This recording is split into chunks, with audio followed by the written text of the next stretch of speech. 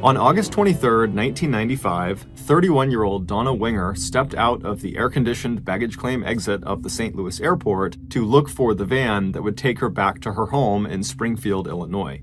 Next to Donna was a cart carrying all of her luggage. Slung over her forearm was the carrying handle of a child's car seat, and sleeping inside of it was Donna's 3-month-old daughter, Bailey.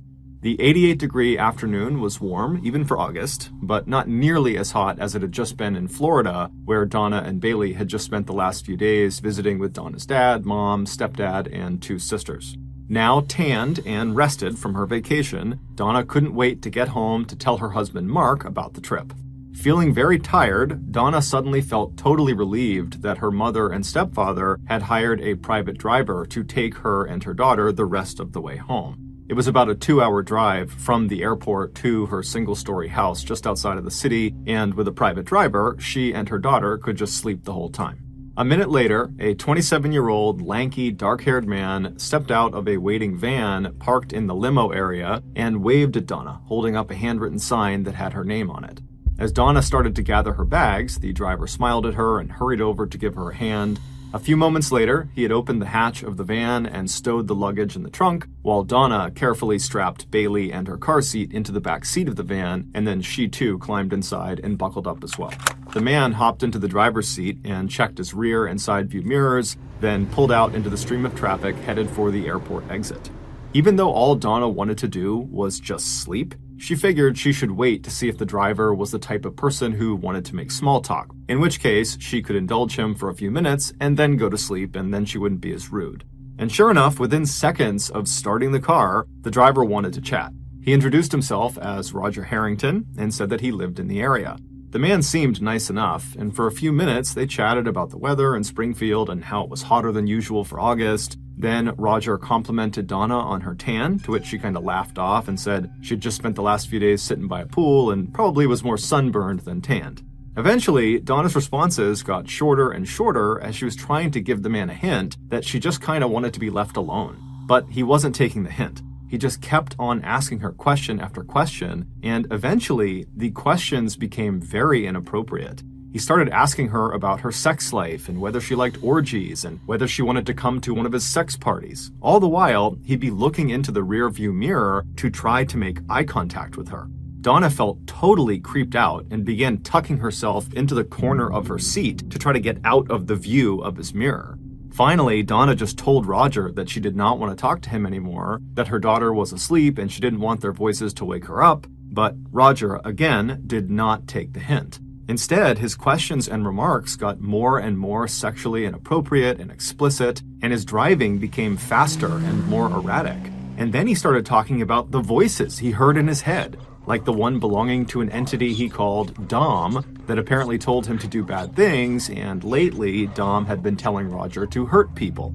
By the time Roger pulled onto Donna's street, Donna was panicking and just praying that he didn't try to hurt her or her child. And so when he pulled up in front of her house, Donna hopped out of the car, grabbed her daughter, and practically ran her into the house. And then she went back outside, and without even looking up at Roger, she just grabbed all of her things and then rushed back inside the house. With her front door shut and locked, Donna looked through the peephole of the door and watched with relief as Roger climbed into his van and drove off. At this point, Donna's husband, Mark, who was an average-sized guy with glasses and dark hair that had begun to thin, he had come into the room. He had been downstairs in their basement using their treadmill. And he was about to ask how the Florida trip went, but he could tell right away that his wife was very upset about something, and so he asked her, what's going on? It would take her a minute to compose herself, but Donna began explaining her car ride and how awful it had been and how she really had been in fear for her life. Mark listened attentively while he held their daughter Bailey, and even though he was calm and reassuring on the outside, inside he was furious. How dare this man put his wife and daughter in danger? So at some point toward the end of her explanation of what happened, Mark told Donna to just write down an account of exactly what happened on the drive so that they could use it later on if they decided to file a complaint. Donna agreed that that was a good idea, and so she stepped away and jotted some notes down on some paper, and then she stuck those notes to the refrigerator door with a magnet. Then, after that, even though both of them were still upset about the whole driver thing, they shifted their focus to their daughter, who was now rolling around on the ground, smiling and cooing. And before long, the couple was down there with her, laughing and goofing around. By the next morning, things in the Winger household seemed to be back to normal.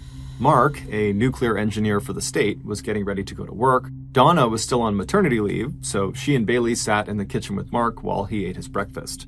Married for 6 years, the only source of tension in the Winger household had been Donna's heartbreak years ago when she found out that she could not have children of her own. But the couple got over it, and Mark and Donna filled their lives with family and friends. They were as openly affectionate with each other as they had been when they first got married in 1986. They were very active in their synagogue and were part of its tightly knit Jewish community. The pair complemented each other beautifully. Mark was soft-spoken but had a great sense of humor, and Donna was outgoing with a smile that could light up the room. Everybody loved them. And in June of that year, just 3 months before Donna's trip to Florida, the couple got some amazing news. A teenage mother in the hospital where Donna worked as an operating room medical technician had just had a baby and wanted to place the infant for adoption. Donna and Mark immediately filed the paperwork, and a few days later, on a bright, warm day right outside of their house with family and neighbors looking on, Bailey was delivered into Donna's arms by a man from the adoption agency. Life was perfect. As Mark kissed Donna and Bailey goodbye that morning, Donna's awful encounter with Roger, the driver, had already faded from their memories. But that evening, she and her husband would be forced to talk about him again. That night, when Mark, Donna, and Bailey sat down for dinner, their phone rang. Mark got up to answer it, but when he picked up the receiver, all he heard was silence, and then a few seconds later, he heard a click as the caller hung up. Mark shrugged, hung up the phone himself, and then sat back down with his family, and then just a few minutes later, the phone rang again. Annoyed, Mark got up, answered it, and again, he heard silence, followed by a click. When Mark sat back down the second time, he felt totally unsettled. He couldn't help but think that the person who was calling them had to be Roger. The man had access to their home phone number because it was on their reservation paperwork that they knew he had, and Roger clearly had some serious issues and had shown a very unhealthy interest in Donna. And so as he was thinking about this as a potential possibility, Donna said to Mark, "I bet that was Roger." Even though the phone did not ring again that night, the Wingers remained on edge and triple-checked their locks that night before they went to bed. And then the next morning, when Mark got up, he immediately called Roger's employer, Bootheel Area Rapid Transportation Company, or BART for short, and he filed a formal complaint about how inappropriate Roger had been during the car ride with his wife and his daughter. Mark also told the company that he believed Roger was behind the 2 anonymous hang-up calls he received the night before. The company said they would look into it, and sure enough, later that day, they called Mark back to apologize for Roger's behavior during the car ride, and they told Mark that, as a result, they had given Roger a 6-month suspension. Mark thanked them and felt like justice had been done. He figured if Roger had been behind those hang-up calls too, that perhaps now he would stop, because he would know that Mark and Donna were prepared to take action against him. But the calls didn't stop. For the next several days, the phone in the Winger household rang constantly, and each time there was just silence and then a click. Finally, on the morning of August 29th, so 6 days after Donna and Bailey had returned from Florida, Mark had had enough. He pulled out the paperwork Donna had been given by Roger when she first got in the car with him, and on it was Roger's phone number. Mark dialed the number, and when Roger said hello, Mark very angrily said, "If you don't stop harassing my family with these phone calls, we are going to call the police." And then before Roger could answer, Mark just hung up on him. Confronting Roger directly had been cathartic for Mark. However, deep down, he knew his threat was unlikely to change Roger's behavior. Roger was obviously mentally unwell, and on top of that, he was likely very angry at the Wingers because their complaint had just gotten him suspended. And so these calls, which the police could do almost nothing about, were most likely Roger's way of getting some payback. But Mark figured, all he can do now is just wait and see what happens next. Later that day, just before 4 p.m., Mark was in the basement working out on the family's treadmill when he suddenly heard a thumping sound coming from upstairs. He turned off the treadmill and listened, and he heard it again, more thumping. And so he climbed off the treadmill and quickly walked over to the stairs and went up to the main floor. And when he got up there, he didn't see anything unusual on the floor, so he just walked straight to the master bedroom where Donna and Bailey had last been. But when he looked in the bedroom, Mark was immediately concerned. Bailey was in the middle of the bed, and Donna was not in the room. Donna would never just leave Bailey alone in a place where she could potentially get hurt, like by falling off of the bed. And so Mark knew something was up, and those thumping sounds could not be good. But before he could make sense of what was going on, Mark heard more thumping coming from somewhere on the other side of the house. Mark had a terrible feeling, so he rushed over to Bailey and he put big pillows all around her to keep her from rolling off of the bed. And then he rushed to his bedside table and he pulled out of one of the drawers a pistol that he kept there for protection. Then Mark slowly crept out of the bedroom with the gun at the ready. He shut the bedroom door behind him, and then he turned right and started walking down the hallway toward the dining room, which is where he believed the thumping sounds were coming from. And so as he walked, his heart rate began to spike. He had no idea what was making these sounds or what he was going to see when he reached the end of this hallway. And so finally, he gets to the end of the hallway, but he's still in the hallway, so he can't see what's in the dining room. And so he has his gun at the ready and he takes a deep breath, and then in one fluid motion, he steps into the dining room and turns right and gets a full view of the room to see what's going on in there. And what he sees is beyond horrible. His wife, Donna, is on her knees in the middle of the dining room, and standing behind her is a man Mark has never seen before. And the man is holding a hammer, and he's raising it above his head, and then he brings it down and he smashes it into the back of Donna's skull. There was blood all over the walls. Mark started screaming, and then Donna, she turned and looked at her husband, and then Mark had to watch as this guy raised the hammer again and hit her as hard as he could across the base of her skull, sending her crumpling onto the ground. Mark reflexively raised his gun, pointed it at his wife's attacker, and he fired 2 shots, both hitting the man in the head. The man dropped the hammer, and then he fell backward onto the floor and was motionless. And so, shaking violently from adrenaline and shock, Mark ran to his wife, who's face down in a growing pool of blood, and he put his gun down on the side, and then he grabbed his wife and tried to roll her over to try to help her. But as he did, he heard the sound of this attacker starting to move around, and so without enough time to grab his gun, Mark just turned around and grabbed the hammer that was on the ground between him and this man, and he wound up and he smashed the attacker as hard as he could right in the center of his chest. And when he did, the attacker groaned and went silent. Then Mark chucked the hammer out of reach of the attacker, and he turned his attention back to his wife, who was now unresponsive. In an absolute panic, Mark ran for the phone and he called 911. When the police and paramedics arrived, they rushed inside the house and they found Mark crouched over his wife, who was barely conscious, and he's sobbing over her, and her attacker was only a few feet away. He was lying on his back, and amazingly, he was still alive. He was groaning, even though his head had been destroyed from those 2 gunshot wounds. The police very quickly took 3 pictures in rapid succession of the positioning of Donna and her attacker's bodies, where they were on the ground. Basically, they needed a snapshot of exactly what the crime scene looked like as soon as they arrived. And then the police pulled Mark aside to talk to him, while the medics rushed inside and put Donna and her attacker on stretchers, and then they loaded them into an ambulance that was waiting outside, and they rushed them to the hospital. Right before the ambulance left, one of the police detectives, Charlie Cox, he pulled a wallet out of the back pocket of the attacker. And inside the wallet, Detective Cox found a driver's license, and it belonged to 27-year-old Roger Harrington. Sitting inside the bedroom he shared with his wife, Mark sat on the edge of the bed staring off into space while asking over and over again if his wife was going to be okay. At first, the police really weren't saying much since they knew Mark was in shock. But eventually, Detective Cox asked Mark if he had recognized his wife's attacker. Mark said no, but then he looked up suddenly, his eyes seeming to focus for the first time, and he said to the detective, "It has to be Roger Harrington."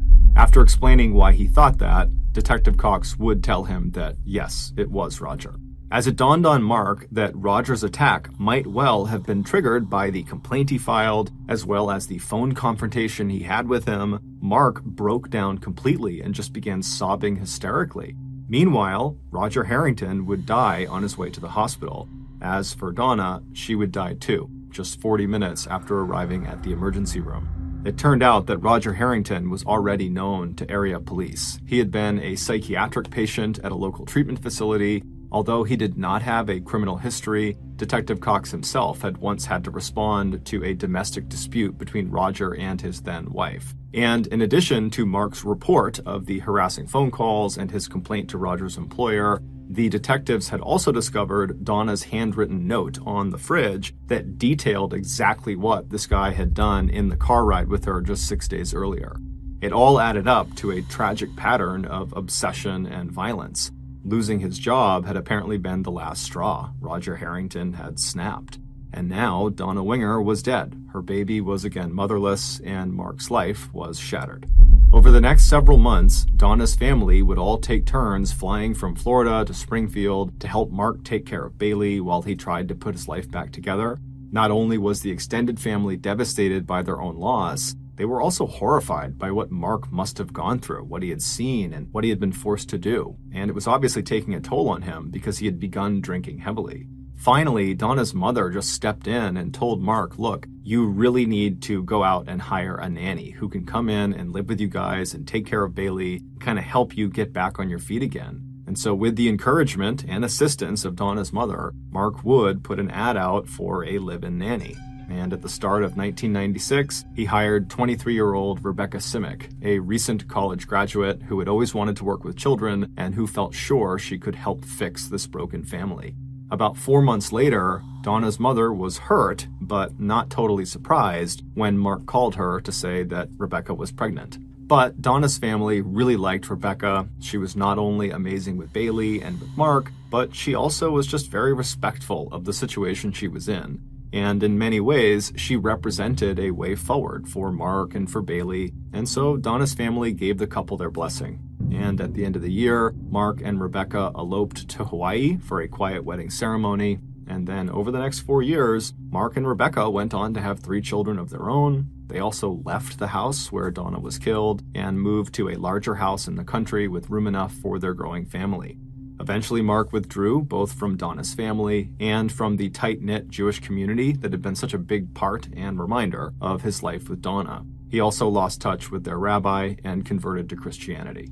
But despite these changes, Mark never forgot about Donna. Even though the investigation into her death was officially closed, Mark periodically would stop in to the Springfield police station to ask them if they had learned anything new about Roger Harrington's motivation for this crime. Mark knew that Roger was unhinged, but the attack just seemed so random. Roger had only met Donna a few days earlier. What could possibly drive him to kill her so quickly? Even though her attacker was dead, Mark felt determined to see to it that someone be held accountable for Donna's death. And so Mark filed a lawsuit against BART, the transportation company that had employed Roger. Mark claimed that BART was negligent in hiring Roger, and they should have known that he was dangerous. With millions of dollars in potential damages at stake, BART attorneys began their own investigation into the circumstances around Donna's death. But years would go by and the lawsuit just kind of dragged on quietly and no new developments were discovered. But all that would change in 1999. In February of that year, the Springfield police got a call from a local woman who made an outlandish claim. She said there was another person besides Roger Harrington that was involved in Donna's murder, and she gave the police their name. Now, police get lots of tips, and many of them are not useful or not true.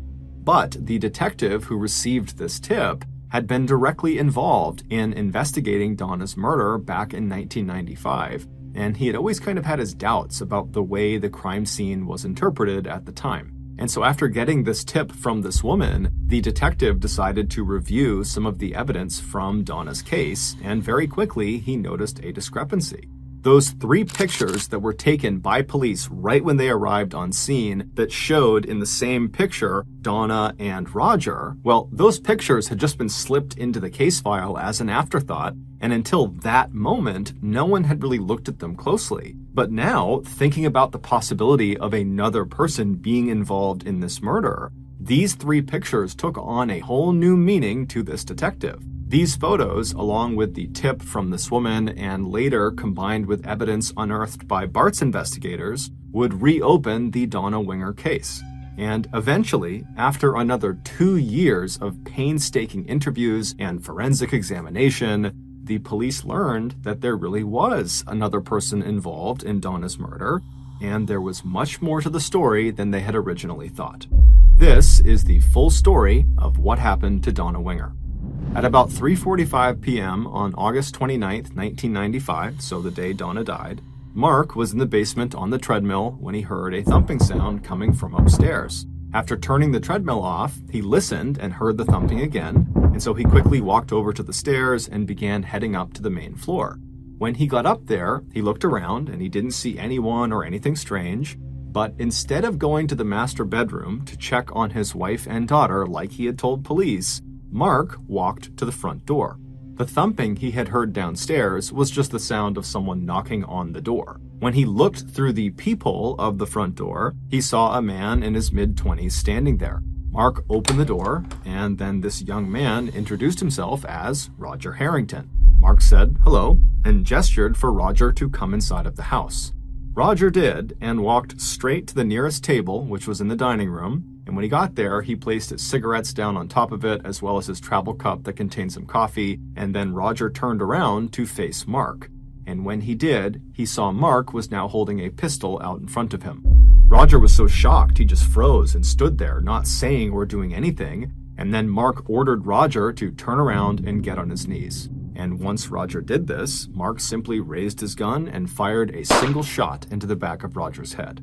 Hearing the gunshot, Donna, who was in the master bedroom with their daughter Bailey, she came running out to see what was going on, and when she got to the dining room where Roger was on the ground in this pool of blood, she saw him and had no idea what to make of it, and just started crying and shaking and looking around wildly, wondering what was happening, and as she stood there, her husband, Mark, snuck up behind her with a hammer in his hand. His first blow struck her on the left side of her head. She never saw it coming. And then as she stumbled, she turned and tried to put her arms up over her head to protect herself, but it wasn't enough.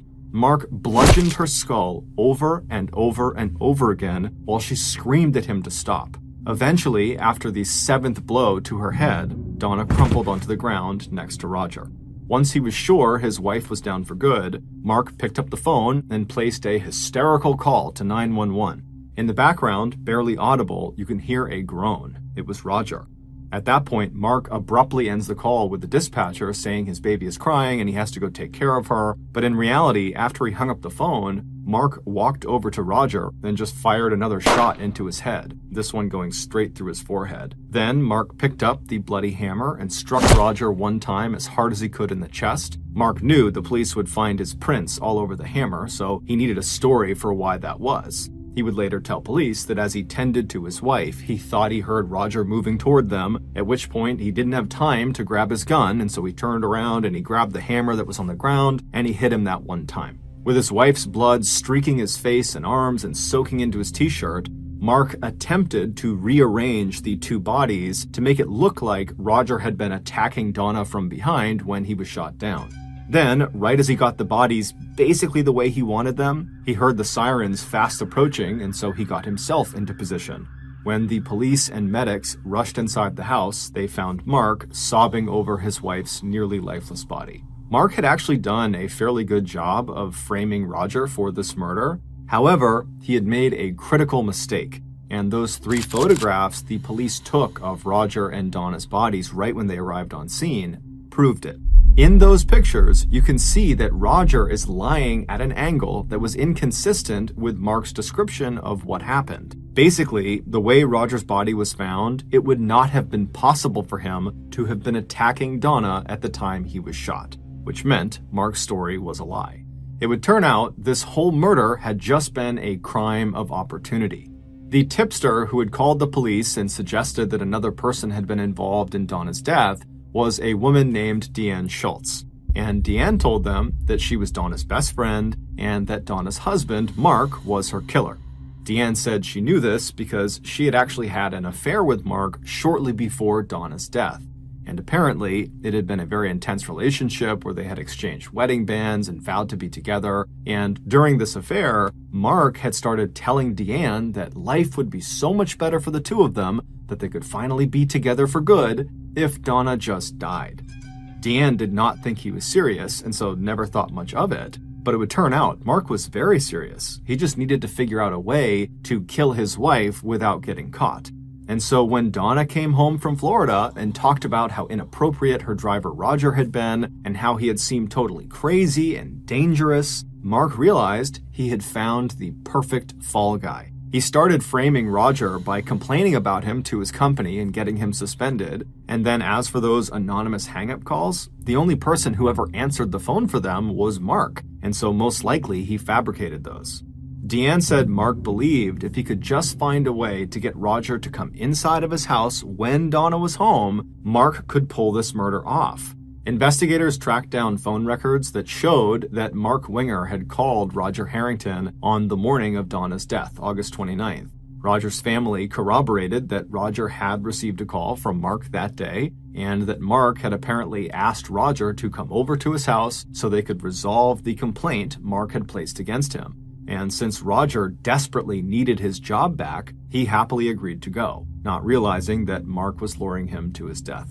Deanne claimed that at the time, despite how specifically Mark was talking about this frame job, she still was not taking him seriously, which is why she didn't go to police about this. But after Donna's murder, Deanne knew Mark had done it.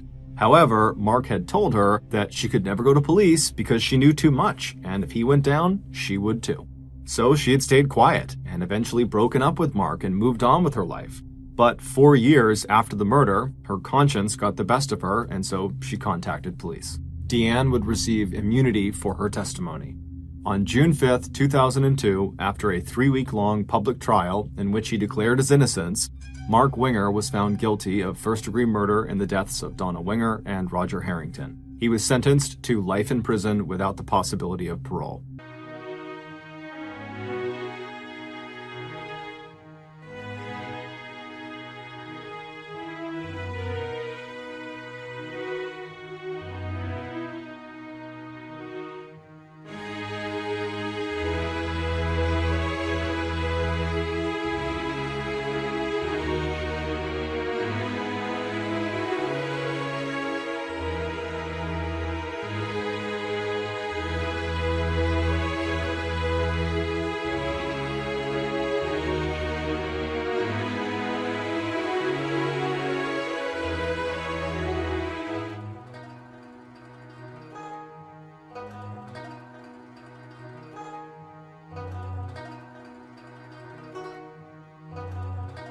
Immediately after Mark's conviction, his second wife, Rebecca, divorced him and changed her last name back to Simic. She packed Bailey and her other 3 children into her brother's car, and she relocated to Louisville, Kentucky.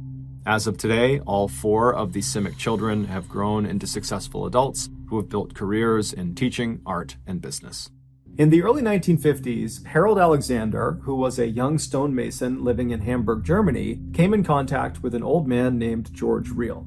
George was the leader of a small religious group called the Lorber Society.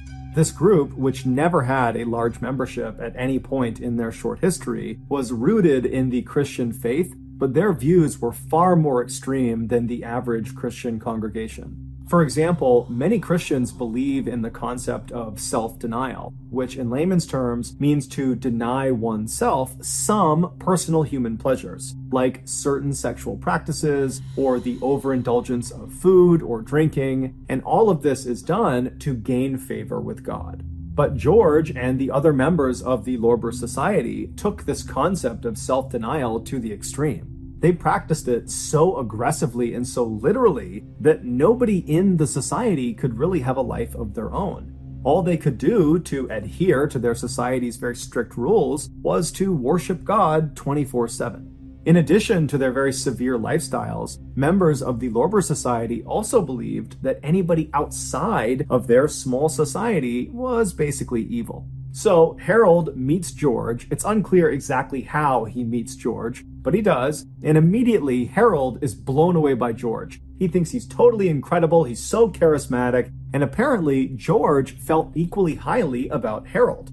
And so right away they have this friendship, they strike up, and Harold and his wife Dragma, they end up joining the Lorber Society, and they completely give themselves over to this very intense lifestyle, and they listen to everything George tells them to do. And then very quickly after Harold and his wife had joined this society, their leader, George, became very ill, and it became clear he was going to die soon.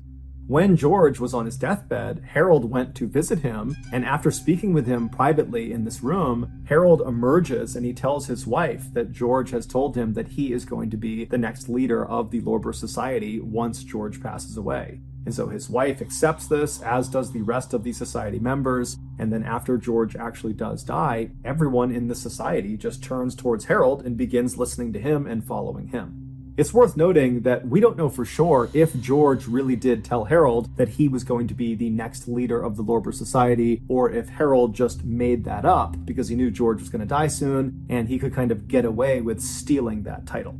Over the next few years that Harold was in charge of the Lorber Society, he began introducing a new concept to the members.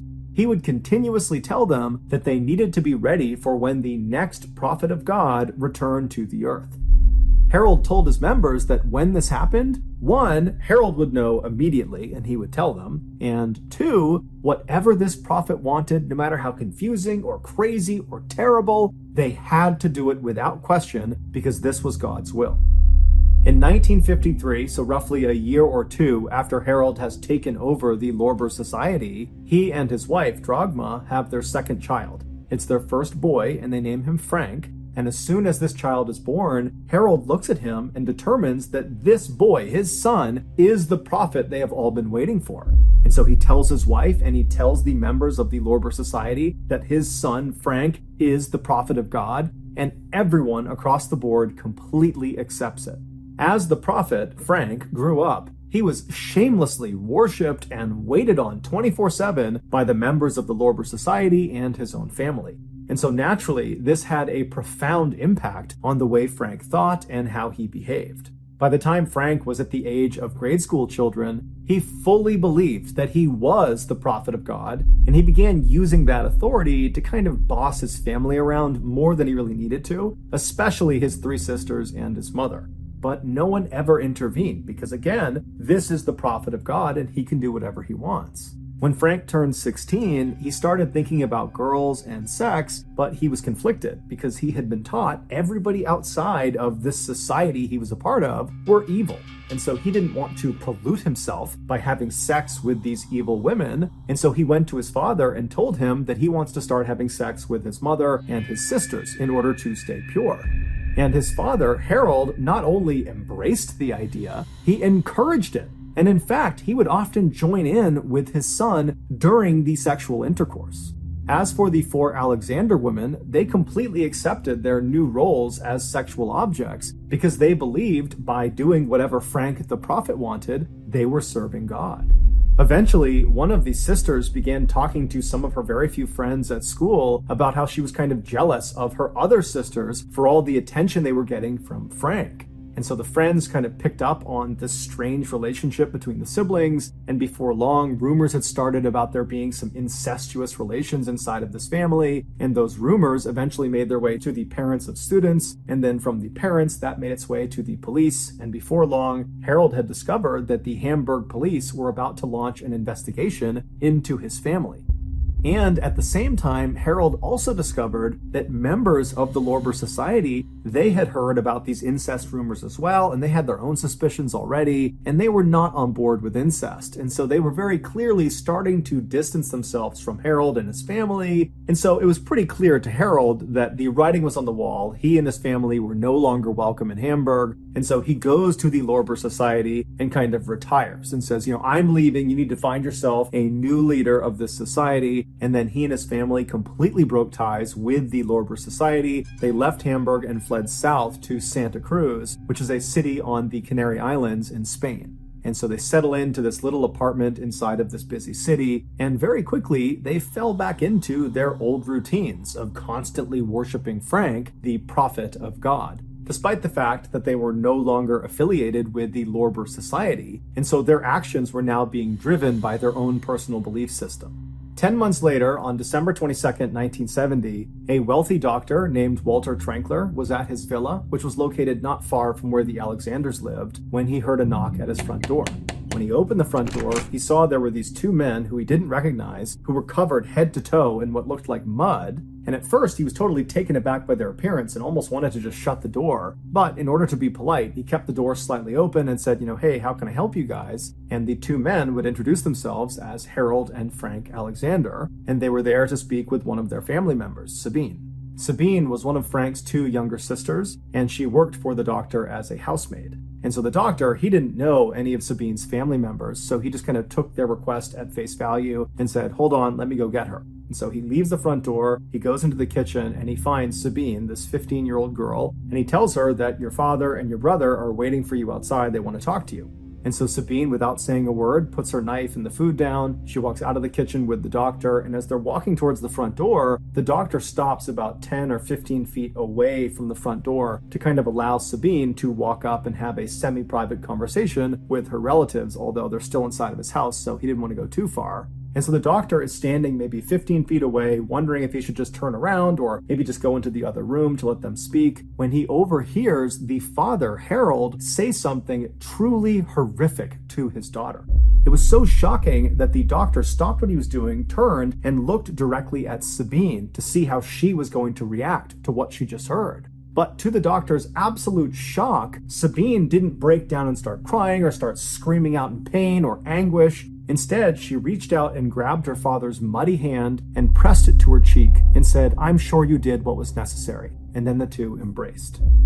The doctor stood there totally shocked, staring at these people, wondering what the heck they're doing. Why are they here? What are they talking about? Is this really happening? And then he just kind of blurts out, "Hey, I'll be right back. Stay right there." And then the doctor turned around and darted out of the front hall into another room where he barricaded himself inside, and then he called the police. When the police showed up just a few minutes later, they rolled into the front lot and they saw Harold, Frank, and Sabine were still just casually standing in the front doorway of the doctor's villa, seemingly not really trying to go anywhere or do anything. And so the police get out of their car, they walk up to the trio and they say, "What's going on? What are you doing here?" And Harold very calmly and casually tells one of the officers the same horrible thing that the doctor overheard him saying to Sabine. Except this time, Harold specified to the officers where this horrible thing took place. He said it happened inside of their apartment.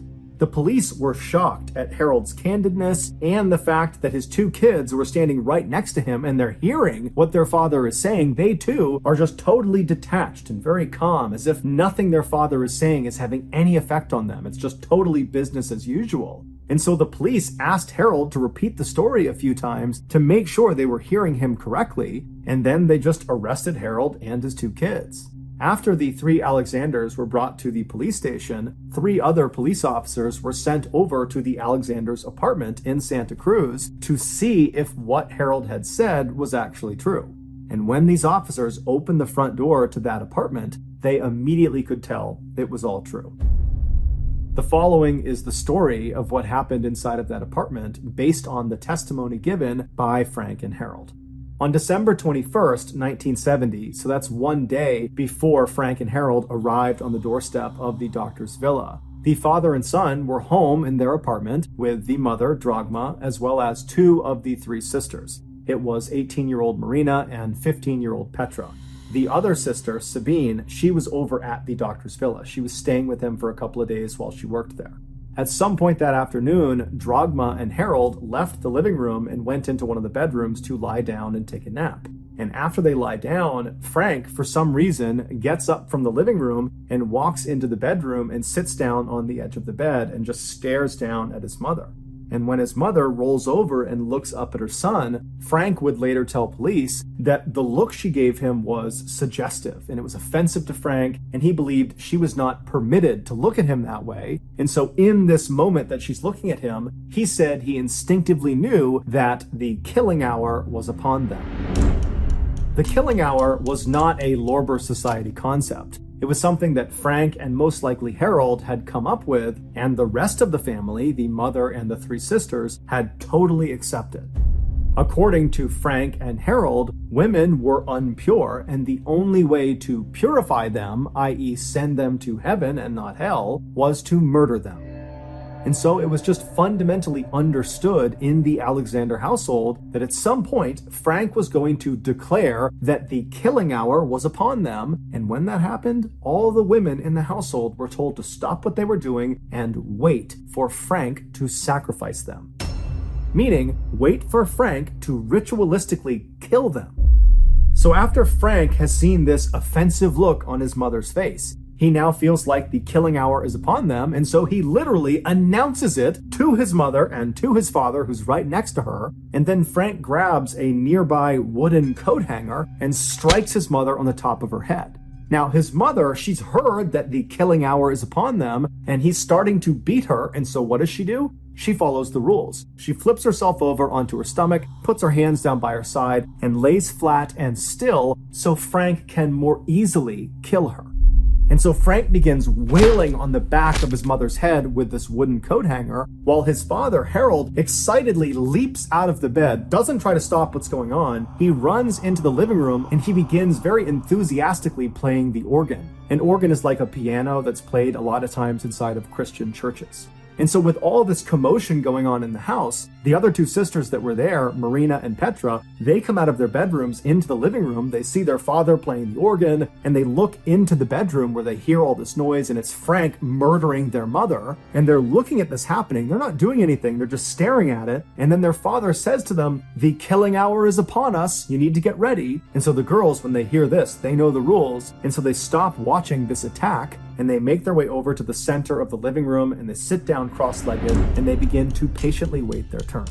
After a while, Frank stopped beating his mother, who was now unconscious or perhaps even dead, and he walked out of the bedroom into the living room where he saw his father on the organ, and he saw his two sisters sitting on the ground. And so without any hesitation, he walks over to Marina, the older one, the 18-year-old, and he begins hitting her on the top of the head until she slouches over onto the ground motionless. And then he turns to the younger one, Petra, the 15-year-old, and he does the same thing to her until she's laying on the ground motionless. After this, Frank stands up and he leaves the living room and goes into the kitchen where he retrieves a small knife, pruning shears, and a hammer. At this point, it's likely that one or two of the Alexander women were still alive. And so Frank, he comes back into the living room with these tools in hand, and with the organs blaring in the background, he begins to systematically hack off the breasts and genitals of his two sisters and his mother. And apparently this was a very slow and physically difficult task, and so he and his father Harold began switching off. One person would be on the organs while the other was mutilating, and they would switch back and forth until all of the offending parts on these three women had been removed and nailed to the wall. The last mutilation this father and son committed was to cut the heart out of the mother, Dragma, and they wrapped it up in a cord and then nailed this cord to the wall as well. Then, with the three Alexander women either dead or close to death, the father and son began running around the apartment, yelling and singing and rejoicing. They were extremely proud of what they had just done. Later that night, they left the apartment and slept in another property that they owned, and then the following day, December 22nd, they went to the doctor's villa to tell Sabine the good news. And so they knock on the door, the doctor answers, he goes back and gets Sabine. Sabine walks up, and Harold, her father, says to her, "Sabine, we wanted to tell you right away that Frank and I have just finished killing your mother and your sisters." To which Sabine walks up to him, takes her father's hand, presses it to her cheek, and says, "I'm sure you did what was necessary." This, of course, is what the doctor saw and overheard that was so horrible and prompted him to call the police. It was also the moment when he realized that was not mud all over these two men. That was their family members' blood. Psychiatrists would ultimately determine that Frank and Harold were not mentally fit to stand trial, and so they were both committed to an asylum for the criminally insane. Both men never showed any remorse or regret about what they had done. In fact, they continued to justify their actions by saying, because of them, these three women got to go to heaven. As for the one surviving daughter, Sabine, she pleaded with authorities to let her go live with her brother and her father in this asylum, but they rejected this request and sent her to live in a convent, which is a building that nuns live in, and no one really knows what happened to her after that. Shockingly, in 1990, so roughly 20 years after Frank and Harold were put into this asylum, they managed to escape, and they were never caught. to this day, their whereabouts remain unknown.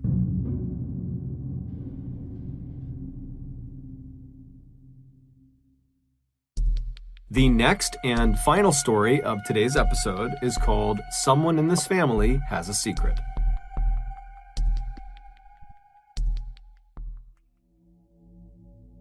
Strongsville, Ohio used to be just another typical quiet American suburb. Nice homes, nice families, nice restaurants, and a mall. But in late 2017, a discovery was made in Strongsville that put this town on the map in the worst way possible. To understand this discovery, we need to go back to early 2016 when this town's nightmare began. In early 2016, two longtime Strongsville residents, Bruce and Melinda Pleskovic, received some very exciting news. Their 20-year-old daughter named Anna and her 20-year-old fiance named Jeff had just told them they were expecting a baby girl. And so Bruce and Melinda were totally excited about the prospect of finally becoming grandparents, but at the same time, they knew Anna and Jeff did not have very much money. Anna still lived at home with Bruce and Melinda. She did have a job, but she made very little money. She was a waitress at a local Applebee's restaurant. And as for Jeff, he had a better job working as a service technician for a heating and air company, but he didn't have enough money to support him and Anna. In fact, he didn't even have enough money to move out of his parents' home. He was still living with them on the other side of Strongsville. And so this couple, they're really excited about their baby, but Bruce and Melinda are thinking, we really got to find a way to support them because they are just not prepared for this first child. And so Bruce and Melinda, they talked it over and they decided the best way to support this young couple was to tell their daughter if she wanted to, she could invite Jeff to come stay at their house. That way the two of them could be together, and once they had their daughter, Bruce and Melinda could be the great-grandparents and help take care of the baby, and in general, this would allow the couple to just continue to save money and move out when they were ready. And so when they told Anna they were willing to do this, Anna was so happy, she was so grateful. She called Jeff, and Jeff was equally happy and grateful and said, yes, I would love to move in with you guys. So it took several months, but finally in June of 2016, which was the same month that Jeff and Anna welcomed their daughter to the world, Jeff would leave his parents' home and move into Bruce and Melinda's home. And almost immediately after he moved in, he and the rest of Anna's family began experiencing some very strange and disturbing things around their property. Just a few days after Jeff had moved in, he and Anna were home alone. They were on the main floor of the house and they were having dinner at the kitchen table. And at some point, Jeff just happened to glance out one of the back windows that looked out into their backyard. And now this property had this huge sprawling backyard. Basically, they had all these houses kind of in a row and they all had almost like a communal backyard, this big open space. And so Jeff is looking out into this huge backyard and he sees off in the distance something strange. He doesn't really know what he's looking at because it's nighttime, it's dark, but he stands up and he walks over to the window. And as he's looking out, he sees way off on the backside of their property are these four strangers just standing there appearing to be smoking something. And they're just kind of looking up at the Pleskovic house. And so Jeff is looking out the window at these four, not really sure what to make of them. And he calls Anna over. And so Anna walks over and the two of them are looking out, not really sure what to do. I mean, on the one hand, these four people who they clearly didn't know, or they believed they didn't know, were definitely trespassing. But at the same time, they weren't really doing anything. They were just kind of standing there smoking.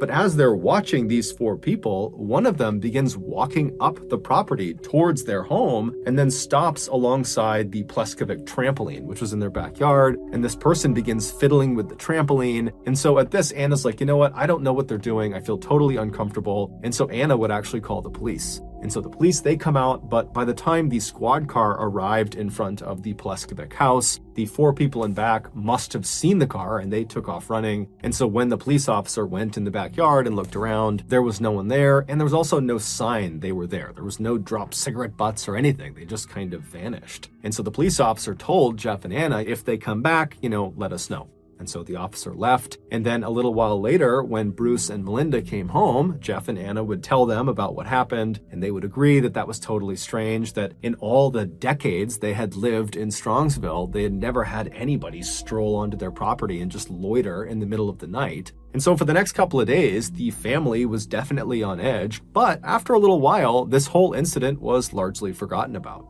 Fast forward about 5 months to November 2016, and Anna was home alone with her young daughter, and she's playing with her daughter on the first floor of the house towards the front of the house. And as she's playing with her daughter, she suddenly hears what sounds like someone trying to open the back sliding glass door on the back of the house. And so instinctively, Anna thinks, okay, Jeff must be out there, or my parents must be out there and they don't have a key or something. And so she scoops up her daughter and she begins walking towards the back of the house to open this door for them. And when she walks into one of the back rooms, before she reaches the back door, she happens to look out one of the windows that looked out into the backyard. And standing right up against the glass is this unknown male figure with his face pressed up against the glass.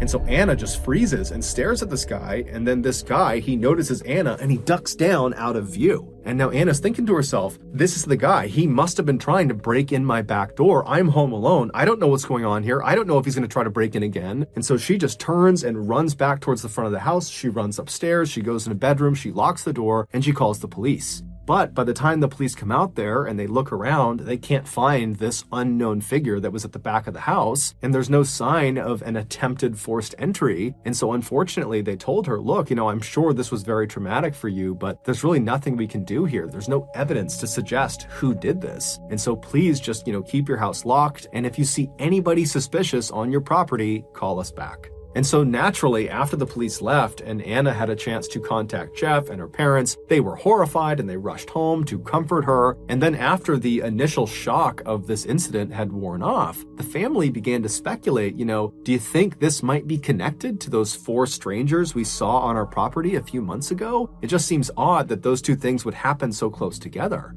And then the family began to think, okay, well then who is this person? Who are these people? What do they want? Why are they targeting us? What's going on? Because as it was, the Pleskovic family, they didn't have any enemies, at least none that they knew of. If anything, the people of Strongsville adored this family, especially Melinda, the mother. For the past 20 plus years, she had been a middle school teacher in town and her students adored her. She was also a big-time soccer coach in the community because she had played in college and she was still very passionate about it. So she was this amazing coach. And in the eyes of many parents in the Strongsville community, Melinda was a bit of an inspiration because she was not only the mother to Anna, she was also the mother of an 18-year-old boy named Kyle who had Down syndrome and was nonverbal. And Melinda just had this unbelievable way with him where she was so good to him. She incorporated him in everything. She got him so involved. She gave him the best life he could possibly have. And so anytime you saw Kyle with his mother, Kyle would be all smiles. Even though Kyle couldn't speak, it was so obvious his mother made him incredibly happy.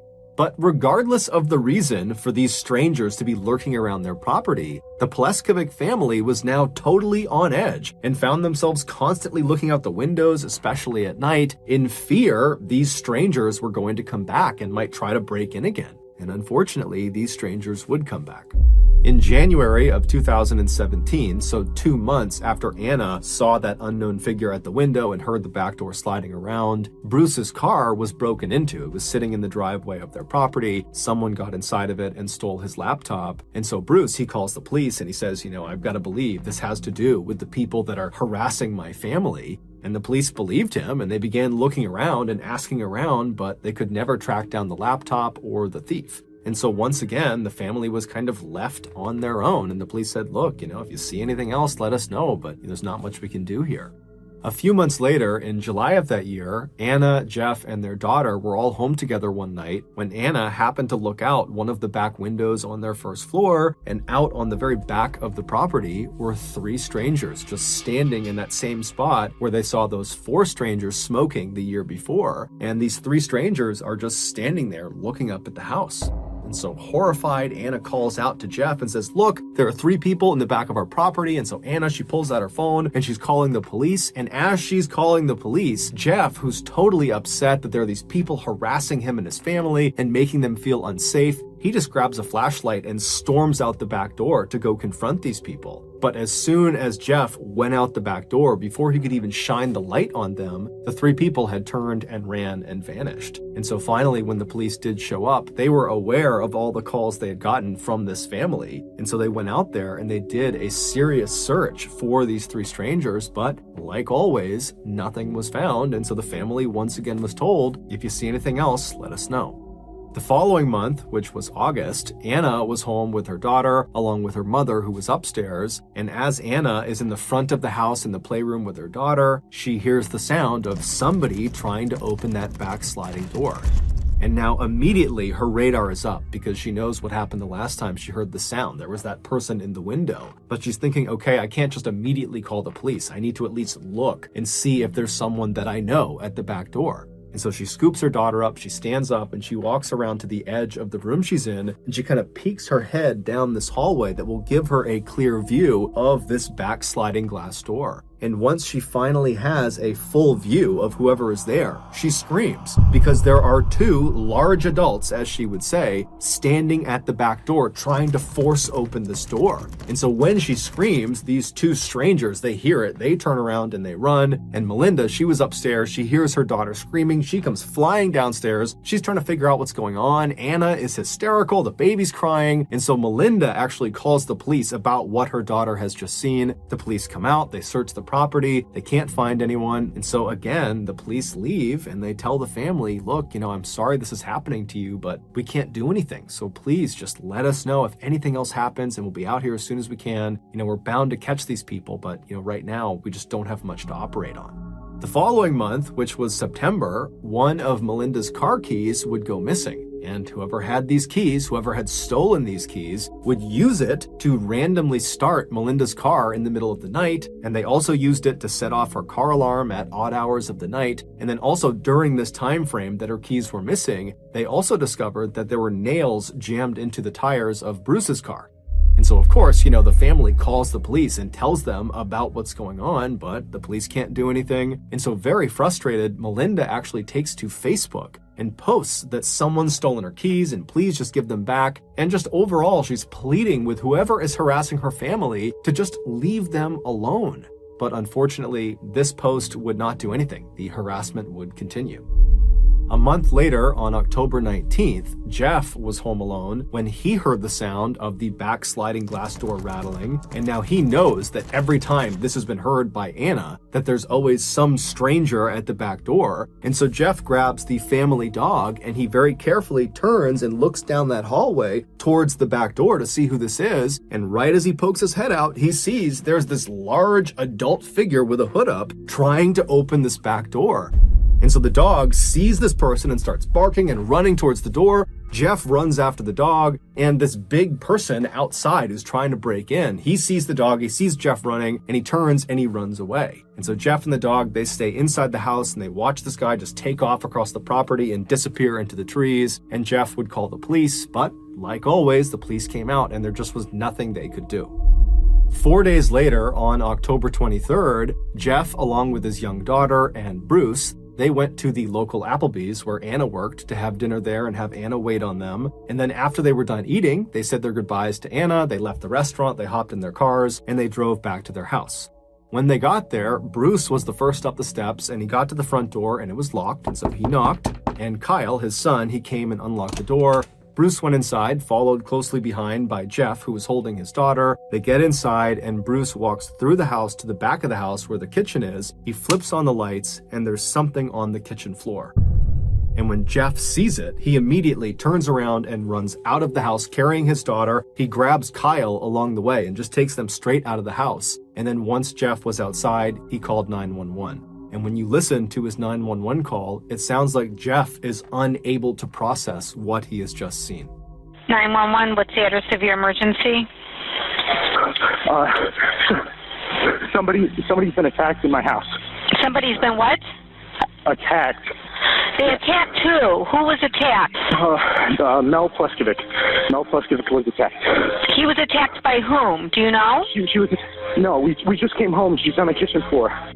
Jeff and Bruce had just discovered Melinda lying on the kitchen floor. She'd been stabbed over 35 times and shot 3 times. She would be rushed to the hospital, but she would die that night. Although the family was in shock and couldn't even begin to process what had just happened, they were all acutely aware that whoever had done this to Melinda had to be connected to all of these strange and suspicious people that had been lurking around their property for the better part of 2 years. In fact, literally after Jeff had called 911, Bruce was inside in the kitchen kneeling next to his dying wife, and he called 911 and he would tell the dispatcher that the Strongsville Police Department really dropped the ball. 911, what city is the emergency in? Please come to 1 Blazing Star. I think my wife's dead. We've had people breaking into our fucking house, Sir. and now someone killed her. Sir, tell me the city you need to talk to. Strongsville, Ohio. Okay, you need to be transferred. Don't hang up. 911, what's the city of your emergency? Strongsville, Ohio. We have people on the way already. What's the address? 4 Blazing Star. I think someone killed my wife. You think someone killed your wife? Yeah, it looks like she has stab wounds on her back. We've had people trying to break into our house all year. Sir, stealing. Sir, I need to ask you questions, okay? Are you there right now? I just got in the door with my new son-in-law. My son Kyle was here with her. Sir, what I want you to do is walk out. The Strongsville Police Department would come out in force for this case, and they would solve it in just 4 days. And when they went public with who killed Melinda, no one could believe it. Back on October 23rd, so this was the night Melinda was discovered, Jeff, along with his young daughter and Melinda and her son Kyle, they were all together in the house. And at some point, Jeff had put his daughter down in her playpen and then went into the kitchen where Melinda was, and he walked up to her, pulled out a knife, and stabbed her over 35 times. And then when Melinda fell to the ground, Jeff drew a gun and shot her 3 additional times to make sure she was dead. Now, while he was doing this, his daughter is literally just a few feet away, and Kyle, presumably, is also right nearby, but he has no way of understanding what's happening to his mother. And so with these 2 totally innocent lives just right nearby, Jeff would clean off his weapons and he'd take off his bloody clothes and he would hide them inside of his car, and then he would just scoop up his daughter and he would leave the house, leaving Kyle alone in the house with his dying mother in the kitchen, just leaves him there, shuts the door, locks it, and then Jeff and his daughter would drive to Applebee's to have dinner with Melinda's husband and her daughter. And then after several hours, when they got back to the property, Jeff knew what was waiting for them inside, and he still allowed Bruce to go inside first and discover his dying wife on the kitchen floor. Very little is known about why Jeff did this, because Jeff has actually never come out and given his motive for the crime. The running theory is that Jeff actually was not going to be able to pay for the wedding, which was coming up in a couple of days, and the wedding venue had actually contacted Melinda and said, hey, we're canceling the wedding because your future son-in-law can't pay for it. And so Melinda apparently confronted Jeff about his financial troubles, and the theory is he snapped and killed her. However, that can't possibly be the entire story for why he did this, because it would turn out Jeff was found to be responsible for literally every single suspicious event that had taken place around the Pleskovic property leading up to the attack. Meaning every time they had seen strangers lurking around their property or people trying to break into their house, that had been because of Jeff. Either it was literally Jeff outside being one of these suspicious people, or he had asked friends or hired someone or groups of people to pretend to be suspicious people on the property, or Jeff had been the only person to see these suspicious people, and then miraculously when other people attempted to look outside, they were gone. And so obviously Jeff was lying. And so I actually had the opportunity to speak with one of Jeff's childhood friends who was actually living roughly in the Strongsville area when this horrible murder took place. And what this person told me is that what is kind of generally accepted as why Jeff did this, according to the people in Strongsville, is that Jeff apparently loathed Melinda.